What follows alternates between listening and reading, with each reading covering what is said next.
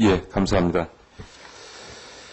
저는 먼저, 앞서도 지적된 바가 있습니다만, 이 논의에 지금 기초가 되고 있는, 소위 복수노조와 전임자 임금 금지를 동시에 3년 동안 조건 없이 유예하는 것을 핵심 내용으로 하는, 이른바 9.11 한국노총과 경총과의 합의라고 하는 것이 진정한 의미의 사회적 합의라고 보기 어렵다, 이렇게 점을 다시 한번 강조드립니다. 사실 이 복수노조 문제하고 노조 전임자 임금 문제가 같은 차원에서 지금 논의가 되고 있는데, 이 복수노조의 문제는 헌법이 정한 어떤 노동자들의 기본권에 관련된 사안이고, 노동자 전임자의 어떤 노조 전임자 임금 지급의 문제는 조건과 현실 속에서 각국이 선택하는, 그리고 노사자유에 의해서 결정되는 사안이기 때문에 이게 같은 차원에서 논의되어져서 주고받을 수 있는 이런 사안이 기본적으로 아니라는 점. 특히나 이런 복수노조의 문제는 조직 노동자의 권리에 관련된 문제가 아닙니다. 미조직 노동자들이 소위 이 단결권을 행사하는 기본권을 보장하는 문제입니다. 따라서 이 복수노조 문제와 노조 전임자 문제를 연계해서 처리한다라고 하는 것은 이 자본의 이해와 조직 노동자들의 기득권을 지키기 위해서 미조직 노동자의 헌법적 기본권을 무시하는 것에 다름 아닙니다. 좀 심하게 표현하면 당사자가 아닌 타인이 남의 권리를 팔아서 이 속을 챙긴다라는 비판을 받아도 사실은 저는 한결하게 어려운 거 아니냐라고 생각을 합니다. 무엇보다 사회적 합의라고 할 때 우리는 당사자 간 합의를 대단히 중요하게 생각을 합니다. 특히 첨예한 이해관계가 제기되는 사안일수록. 그런데 이번 합의의 경우 당사자가 배제되어 있습니다.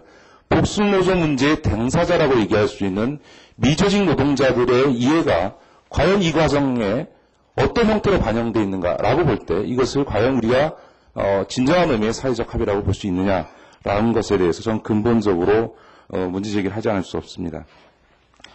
두 번째로 저는 국회가 입법 주체로서의 책임 있는 자세를 보여줘야 된다고 생각합니다.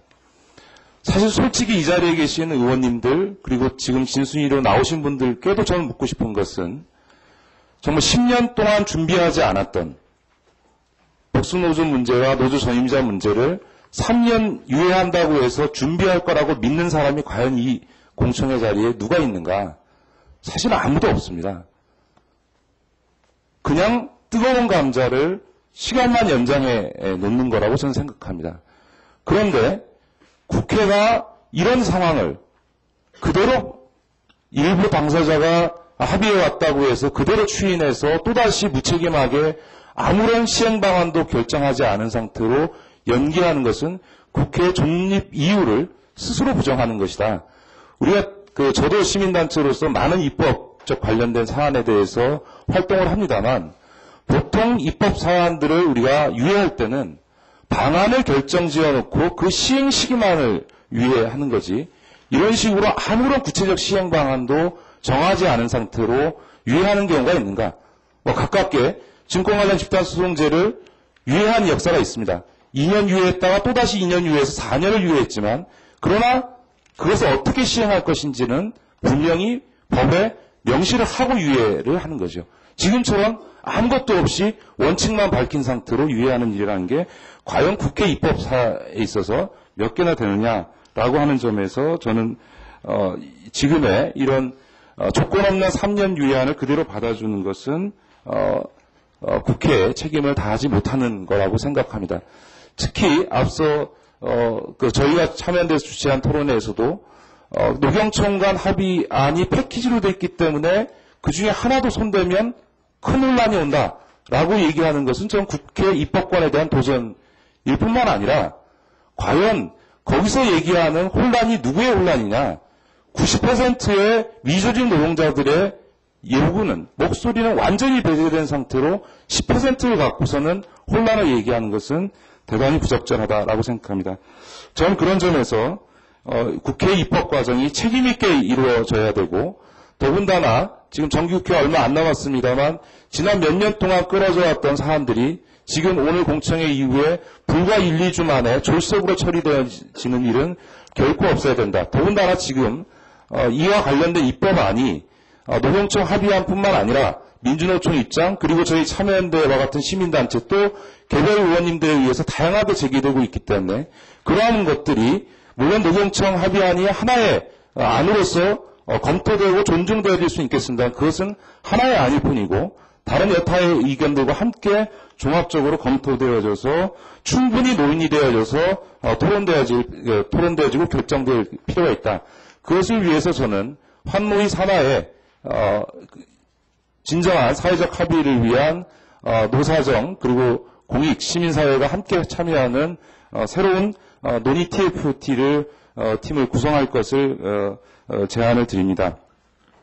내용적인 부분과 관련해서 노조 전임자 임금 문제와 관련해서는 기본적으로 이것은 자율적으로 결정돼야 될 사안이라고 생각합니다. 다만 원칙적으로 자율적으로 결정돼야 될 사안이나 지난 10년 동안 역사적으로 복수노조 허용 문제와 이게 연계되어져서 논의되어 왔던 역사성이 존재하고 또 일부 대기업 전임자 수의 적정성 문제가 사회적으로 제기되는 것은 사실입니다. 그런 점에서 다양한 입법적 고려를 할 수 있다고 생각합니다. 그러나 그러한 입법적 고려가 에 있어서 몇 가지가 전제되어야 되는데 그것은 첫 번째는 노동조합의 존립 자체를 위협해서는 안 된다는 점.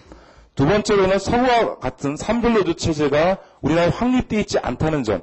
다시 말해서 잘못하면 노동조합 자체가 현실적으로 유지되기 어려운 상황이 있다는 점.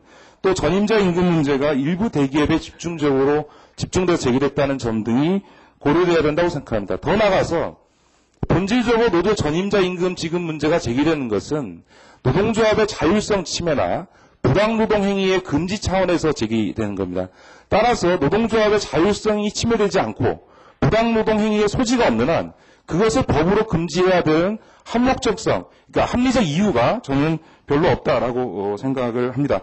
어쨌든 현실적으로 만약에 노조 전임자 임금 문제를 입법적으로 어떤 형태로 고려한다고 한다면 여러 가지 방안들, 조합원 규모에 연동한다든지 상한선을 둔다든지 하는 방안들이 얼마든지 합리적으로 노동조합의 활동을 보장하는 선에서 논의될 수 있다고 생각합니다. 두 번째로 복수노조 문제와 관련해서는 앞서도 말씀드렸던 것은 이것은 노동자들의 헌법적 기본권의 실현의 문제이기 때문에 유예 없이 즉각적으로 실현돼야 된다고 생각하고 그 점과 관련해서 교섭 창구의 문제와 관련해서는 기본적으로 이것 역시 자율적으로 이루어져야 한다고 생각합니다만 다수의 대표성이 보장되어지면서 동시에 소수 노동조합의 교섭 권한이 침해되지 않는 선에서의 보완 장치를 또한 현실적으로 찾을 수 있지 않겠나 싶습니다. 그 다음에 필수공익사업장 문제와 관련해서 저는 이 필수공익사업장의 범위는 매우 노동자들의 단체운동권이라고 하는 것이 헌법적 권리인 만큼 매우 엄격한 요건 하에서만 필수공익사업장이 선정돼야 한다고 생각합니다. 그런 점에서 이번에 정부가 확대하기로 한 업종의 경우에 과연 이게 필수공익사업장이라고 얘기할 수 있느냐에 대해서 대단히 의문스럽고 오히려 더 나아가서 기존의 필수공익사업장 중에서 은행, 통신, 철도 등의 경우에는 과연 이것이 다른 사업장과 비교해 볼 때 필수공익사업장을 반드시 묶어야 되는지에 대해서는 재검토가 필요하다고 생각합니다. 대체근로에 대해서는 전 절대로 대체근로가 허용돼서는 안 된다고 생각합니다. 현실적으로 만약 대체근로가 허용된다면 우리의 노동 현상은 노사 현실은 80년대 상황으로 돌아가게 될 것입니다.